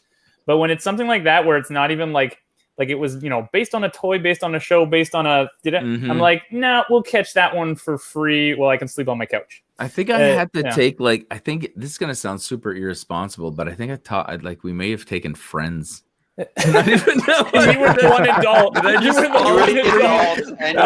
I'm not just sure. running wild. We're gonna edit that part out because I don't know, but We'll get it in it's post. a bad movie and it makes you do bad things. That's the quote on the back of the box. It's a bad movie and it makes you do bad things. Oh man, Oh that's my God. fantastic. It's an awful movie. That's Really? my worst. I decided to make that my worst. It was the first thing that popped into my head when we said this. I was like, oh, My Little Pony. Yes. That's what it was. Yes. Matt, what do you got? Worst movie experience? Well, like I said, this one and the one before it have a similar, have something in common. I'm going to talk about when I saw Jurassic World: Fallen Kingdom. Now, going into, I had seen the other the Jurassic World movie and didn't like it. So going in to see Fallen Kingdom, my expectations were, low. The movie was not going to, surprise me with anything new as far as a bad movie is concerned. So we went and we got our tickets. Now, sadly, this fits into it. We had to get front row seats. They were the only two together because the movie had sold out, I guess. We went in and looking, the place was packed, except for, single all over the place. The last 10 seats together were in the front row. So we sat down and leaned back, powered reclining chairs. So like I said, I'm not hurting my neck. So, a slight plus. Plus one. Yeah. A little bit better. A little bit better. About 5 minutes before the movie starts, 8 teenage girls come in. Oh. Yeah. And they have to. Oh, I already hate it. This is I bad? hate it. No, I hate it. Yeah. Oh my gosh. Okay. This is Jurassic bad. Park. We're like World 2. No, Good. not Jurassic Park. Teen Jurassic girls. World 2. Wow. Wow. Yeah, Okay, it's not the good, first okay, Jurassic good, Park. okay. He's not a Right. teen. No. So 8 teenage girls come in, and so there's the seat with me and my girlfriend here, 6 empty seats here, and 2 empty seats on this side. Surrounded. Giggity. Well, you would think so, right? 2 of them sit down next to me, and they want to sit next to their friends, and I kind of saw it coming before it happened. It's like, can we switch seats with you two so we can sit with our friends? Oh. I'm just like, you're not really going to be, you're not supposed to be talking to each other, and you can only talk to the person next to you at the most. Tell me you said that. I was like, I didn't say that. You need a social Not you, Mike. assassin. No, I'm Yeah. not you. And I've been to theaters where I've gone with like 10 people, and we would find 10 seats together. But I didn't want to sit all the way at the end. So I sat in the middle of the row behind them. And then I was with a buddy, and it's like, why aren't we sitting? And he was like, why aren't we sitting with them? It's like, well, we are kind of. They're right there. You can't, you're not supposed to be talking during the movie anyways. That's right. Yeah. So I thought maybe these girls would get that in their mind. There's 2 of them together. They just talk to each other over there. Teenage girl. But no, there's like, so they asked if we could switch seats. And I was like, yeah, okay, fine. So we switch seats. We sit down the 2 next to that one. And the kid next to me, right as soon as I sit down, the kid next to me is like, those 2 seats don't work. It's Like, nope. Kidding? Nope. There's no power. There's no power reclining. And we didn't leave. We sat and watched the movie, crick necks. Oh. And I knew going in the movie was not going to be good, but you it was win. worth. You win. You win the night. The I'm movie angry. is good. I will fight you off screen on that, It's but not a good movie. The more I But- think about it, the angrier I get. I just want. Yeah. I'm there in the theater, going like, I'm yelling at 8 teenage girls right now. For This some goes reason. back. No, this That goes back sucks. to the whole. shit. I got here before you. I Yes. wasn't late. Yes. I didn't get the Yes. last seat, and you're gonna take my better seat. Get the No. hell out of here. Yeah, no Yeah. dice. I don't No think dice. so. I got no I'm still waiting for the, qualms telling them. I got no I'm still waiting for the good karma I earned for that one to show up. You got a lot coming. You got a lot coming. I'm even surprised you would go for that, because when we were talking about front seats before, I did that one, but after that, I remember it was such a bad experience that I can't tell you what movie, simply because of the fact that it would be like, buy the ticket, go in, walk in, you see front seats only, you're like, nope. Nope. And then I would Yeah. turn around, Yep. get a Same. refund. Same. I'm out of here. I'll see you you another have done time. that I'll time. go I've do done something people all else. the time. Didn't Yeah. care. Yeah. It doesn't Did matter. that I would all not the time. do it. So kudos to you for trying at least. I'll Yeah. give you Matt, that. I hope I'll give your you good that. karma comes when we start selling Mack Flash 5 merch. I hope yours sells the most. Yeah. I hope you sell the most I heart Matt and Matt. Robin shirts. I heart MR like the No. I heart NY. No, here it is. Here it is. I'd sit in the front row with Matt Hart. How much do I I love hope Matt? it I'd sells sit the in the most. front row with him. That's good. Until I overtake you. Love All right, it. Mike. Oh, I gotta go. Okay. Don't leave. Yeah. I can't beat this because this is the greatest of all. But 2007. This is the time period. 2007. This is actually a somewhat of a two-parter. It's not long, but it involves two experiences in the same film season, if you will.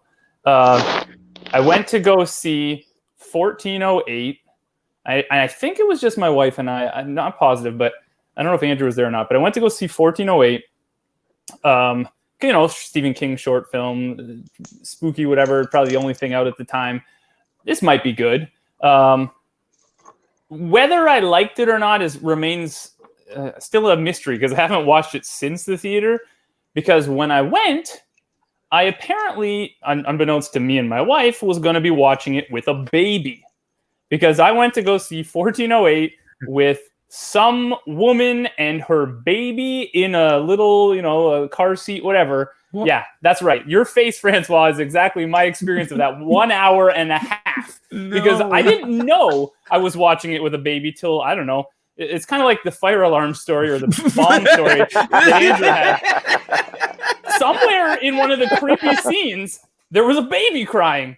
And we're like, okay, well, this is it's a horror movie. Like, I guess maybe like a creepy baby is going to come out. And like, I don't know, this is going to be kind of it doesn't really make sense. And then the scene changed and the baby was still crying. And at that point, we realized there was a baby in the theater. Now, that in and of itself, in a horror movie, that in and of itself, I was infuriated. So this was like 2007. So just a couple years after my wife and I got married. So, okay, whatever. I'm still trying to be cool, whatever.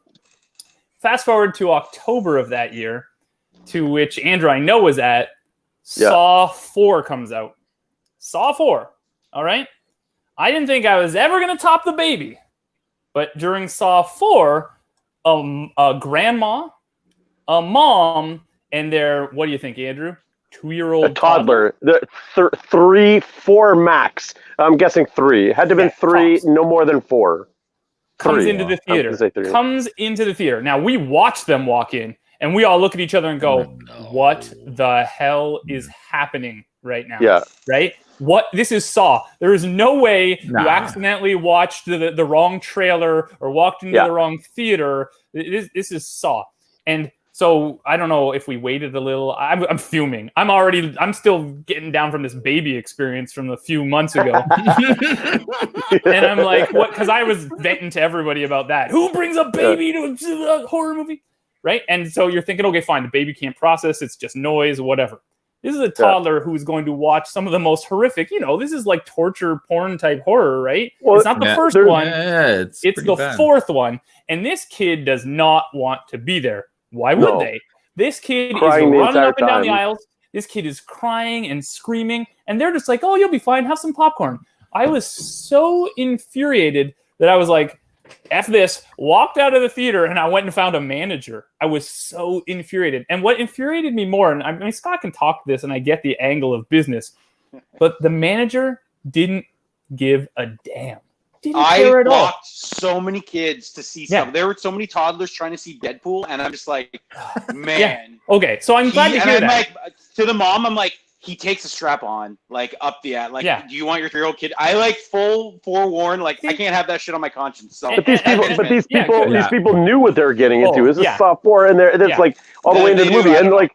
Yeah. In Soft 4, there's like literally there's the scene where they're up having brain surgery on John from the thing, and they're like cutting his head open, and the kid is. I'm sitting here watching this toddler watching the screen of this guy getting his head cut open. I was like, Are you serious right now? Is this really happening? And that was the problem, right? We wound up watching not the movie, but this kid watching the movie. And so I went and talked to the manager just for the sake of maybe I am an old man here, whippersnappers, but it was like.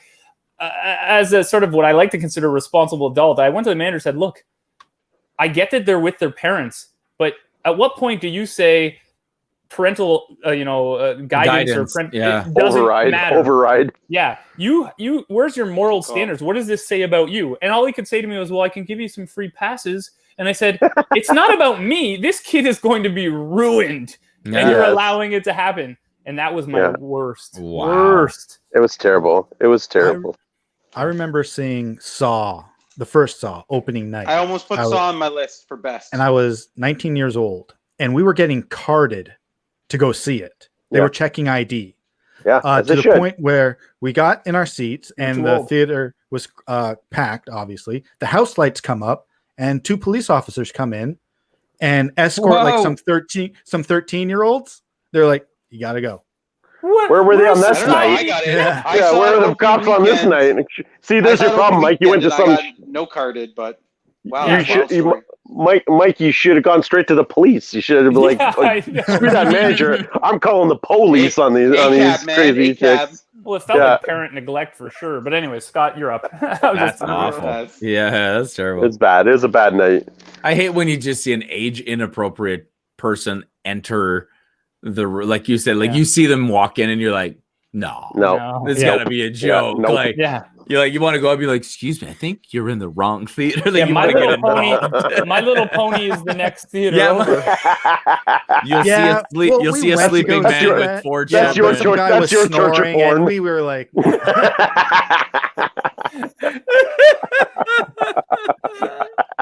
all right, Scott.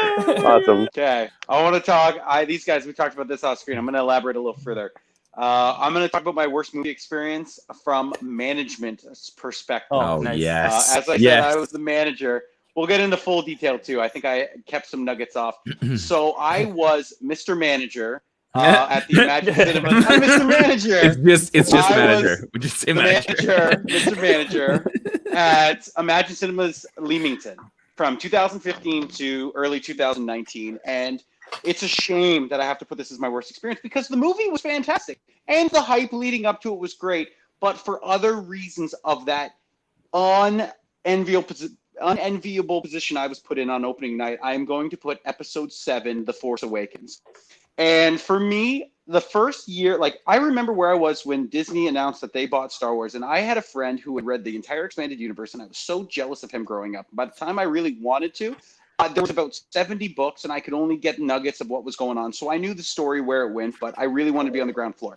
When Disney bought Star Wars, I was like, I'm ground floor again. I'm going to submerge myself in canon, and I'm going to be involved in every layer of the fandom. I'm going to fly the flag, and we're going to get there. I grew a beard. I didn't shave for 6 months because I wanted to look like Mark Hamill in that movie. He has 4 minutes of screen time, and I grew a beard to here because Luke Skywalker had a beard, and that's how much I was excited for the film. I saw the film on the Wednesday, private theater. Me and my friends, we had dinner. We went to the Keg on Walker Road. We watched the movie beforehand, and it was fantastic. And I saw that movie 3 times in 3 days. Let's talk about the Friday that opened. I was on high alert. I was a relatively new manager. I'd been working there a couple months, but I have never experienced an opening to this level. There were people camping out, God bless them. There were people all over, exciting. Everyone had weapons, like lightsabers, guns, blasters. So I'm high alert with what's going on. I'm like, God, I hope these kids don't fucking start something in there. I'm like, people are going to come out and complain. I'm like, how am I going to handle all this? Popcorn's going in overdrive, line up to the back, line up in. So halfway through, people are still lining up. We got people outside. I'm trying to usher them in saying, okay, you still can line up here around. Please stay out of everybody's way, all this hurting. Jesus Christ, I'm like, how am I going to get through this night? What happens at about the, say, 45-minute mark, probably around the what I can deduce when the Falcon debuts back and they do that, a bunch of people come out and let me know that there's a child in the movie that's vomiting, projectile vomiting on the seats in front of him, and he's getting sick. So I go in and I'm like, oh my God. I got people asking me questions over here. I'm like, one sec, I got to deal with this. I try and scope out. The dad's like, we got to get him out of here. I'm like, awesome. I feel like I'm on fucking the beaches of Normandy right now. Let's get your kid out of here. So he's like carrying his son down the stairs. We bring him outside. He's like sick. So I'm like, okay. Meanwhile, while this is going on, people who he is vomited on are screaming at me. I'm like, I don't know sorry guys. I'm like, this is horrible. Is this kid fine? What's going on? Turns out the kid's fine. He just ate too much candy. So then I'm like, okay, I'm sorry, pal. I'm going to give you movie passes. You got to go home right now. The dad wanted to go back in. I'm like, you got to go back. You got to get out of here. You've lost your privileges tonight. While this is going on also, the movie lost audio. So the movie lost audio. So then I'm like, Jesus Christ. I went up. I had to rewind it back. I rewound it way too far. So like maybe 10 more minutes. So they had to watch 10 minutes. So then in the back of my mind, I'm stressing because we had that movie beginning 15 minutes after that because it was automated. We didn't do the reel. We did like the USB self-timer. So then halfway through, I'm like, look, man, am I going to have to push back the later showing? I'm like, what is going to happen? I'm like, if they overlap, then that one won't start. So then as that's going, those people come out. I got people screaming at me. They're cleaning. They're taking extra long. So I know that the trailers are about to start and no one's even in the theater yet. So I'm just like, Jesus Christ. I'm bombing out passes to people. Anyone who comes up to me who's complaining that kid vomited on him. People probably were like, I had no idea anything happened. Can I have passes? Yeah, that's fine. Take them. Yeah, got it. These people in. Popcorn? Cool. Whatever you want. I remember at the end, I felt like I had aged 15 years after that night. I have a photo. What's really funny. You know that poster for John Wick 2? When he's standing there and everyone has their guns pointed at him and he's just taking it in stride. It's this poster. I know how that feels. I know how this poster feels. And for that is undoubtedly, I wish that trauma on no manager in the movie industry. Just a comedy of errors in that night and how I hope happy but probably unhappy people were on the opening night of Force Awakens in Leamington. But for me, that was my worst experience. Fantastic film. Say what you will. Loved that it set up the saga, and I rode the excitement up to it. But for that singular slice of time, I wanted nothing to do. I wanted to burn the movie theater down, condemned on the front. No day shows tomorrow, guys. Sorry, guys. We're closed. We are closed. We're close to life. Sounds awful. That was my Force Awakens opening night. It's a segue, perfect segue. It is. All right. Wow. Finishing it off with your worst movie theater experience. Okay, well, I've told this story many times over the years. I'm actually shocked that I haven't told you guys this story before. But it actually works out perfectly. So it's funny because my best movie experience was in 1999, and my worst movie experience was also in 1999, and it was for a little movie called The Blair Witch Story. Mm-hmm. Blair Witch Project. And so I went to see the Blair Witch Project with Mike and four other gentlemen, and so we got in there, and I had purchased a large blue Kool-Aid beforehand, which I'd pretty much finished by the time the movie had started during the previews and everything. And so the empty cup was sitting beside me when the movie started. So the movie starts, and it's shaky cam movie. It's found footage. It's the cameras all over the place. The movie gets about 20 minutes in, and I'm really feeling ill. I'm not feeling good at all. And so I spit up a little bit into my cup, and I'm like, okay, I got to get out of here. So I stood up, As soon as I stood up, blue projectile vomit all over the two couples in front of us. Like something out of The Exorcist, like blue, like just spray all over the two couples in front of us, on Mike's leg. No. I'll give you my point of view in a second. Yeah, Parkinson's leg. So I'm like, okay, I got to get out of here. So I take off and I go into the bathroom. So I'm in the bathroom and I'm cleaning myself up. And so one of the dudes comes into the bathroom and he's like, man, you puked all over my new jacket. I'm like, oh man, I'm so sorry. I didn't mean to do that. And he's like, me and my buddy are going to wait for you in the parking lot. We're going to kick your ass. And I was like, man, I'm so sorry. Like, obviously I didn't mean to do it. And he's like, I don't care. We're going to wait for you in the parking lot. I'm like, well, I'm here with 5 other guys. So if you want to wait for the 6 of us in the parking lot, we'll see what's up. Right. And so he teeks off and leaves. And so he goes back in. So I finish cleaning myself up and I go back in, and this is at Silver City. And so I'm walking back into the thing down the aisle towards the main section of the theater. And all I can hear is, oh, it stinks. Oh, it's disgusting. Oh, so I'm like, no way I'm watching the rest of the movie from inside there. So I like watched the rest of the movie from like around the corner and like finished the movie. As soon as it was over, I like pieced out into the lobby and waited for the guys to come out of the theater afterwards. And so I ended up watching the movie afterwards. But like, yeah, that's. I end up puking all over these people, but I love that you guys had those stories back to back. You know, my perspective of that. The poor manager. Manager. I had to clean up my puke. I got the kids to do that. I didn't touch that. Yeah, that was on the manager. I let the kids do that. My perspective of that was, so I was on the left of Andrew and our buddy was on the right, and there was a couple other friends. And I know Andrew can't really handle Steadicam films.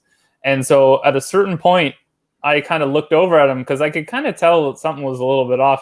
And I looked over at him and you could just see it on his face. I mean, he obviously knew it too. Like he was about to get up, but I saw it on his face and I don't know if it was like in slow-mo, but there was kind of I don't know if I audibly said it or I pointed but basically, and it's funny that you said you threw up on my leg because I remember kind of going, and pointed that way. Like, don't you turn this way, turn that way. Like, do what you need to, but do it over there. My God. And we did sit in that stink and finish the movie. And I will say, this is what I didn't use earlier because I knew you were going to tell that story. That has got to be one of my best, not that particular viewing because I went and watched it again, but one of my best experiences of a film because I was genuinely terrified at watching the end of that film. So much so that when my buddies and I went, and I don't think you were there at this time, Andrew, but there was about 6 of us. We went to Ojibwe Park right after.